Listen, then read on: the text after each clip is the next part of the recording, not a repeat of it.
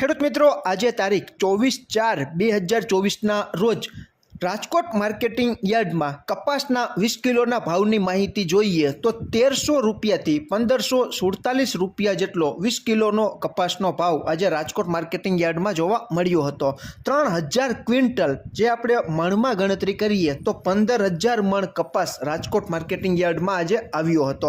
ખેડૂત મિત્રો, આજે તારીખ 24/4/2024ના રોજ બધા જ વાયદાનો સમય 12 વાગ્યે અને 38 મિનિટની આસપાસનો છે। ન્યૂયોર્ક કોટન વાયદો જુલાઈ 2024નો 0.29ના ઘટાડા સાથે 81.37 સેન્ટની આસપાસ ચાલી રહ્યો છે। MCX કોટન કેન્ડી રૂની ગાંસડીનો મે 2024નો વાયદો 58,540ની આસપાસ ચાલી રહ્યો છે। NCDEX ઉપરનો કપાસનો 30 એપ્રિલ 2024નો વાયદો 3.50 રૂપિયા જેટલો ઘટીને 1445ની આસપાસ ચાલી રહ્યો છે।